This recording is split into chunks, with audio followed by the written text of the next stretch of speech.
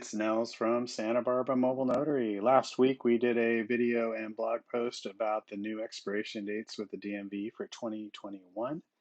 This week I wanted to talk about what happens if you don't have a current driver's license. This happens especially with seniors who may not be driving anymore and they figure they don't need a license anymore, in which case it's a really good idea to get a senior ID from the DMV, which doesn't allow for driving but does allow you to have a photo ID.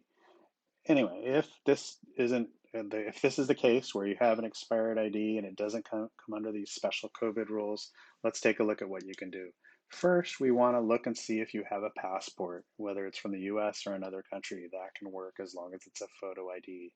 Military ID or vet cards work, and even if they are expired, a military ID works actually. It's the law in California. Also, a permanent resident card that is current could be used as identification for a notarization. Now, sometimes we run across folks that don't have any of these things, and this is what we do when that happens. Basically, we create a appointment where two other credible witnesses show up, and we get two people to basically vouch for the signer at the notarization. They have unexpired licenses with them. They show them to the notary and they sign the notary book to prove that they know the person and that they are who they say they are, the signer.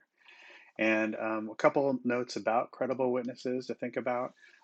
First, the signer is the one who's named in the document to be notarized. They can see that that's the case. They need to actually know the signer, and they need to know that they don't have an ID. And usually that's just accomplished by talking right there, even if they have to. But really, most important is that the credible witness doesn't have a financial interest or is named in that document to be notarized. So those are the rules around credible witnesses. I help you every step of the way when we have notarizations like this. I have a lot of experience with it and we're happy to help. Just give us a call and we'll set up an appointment if you need this form of notarization.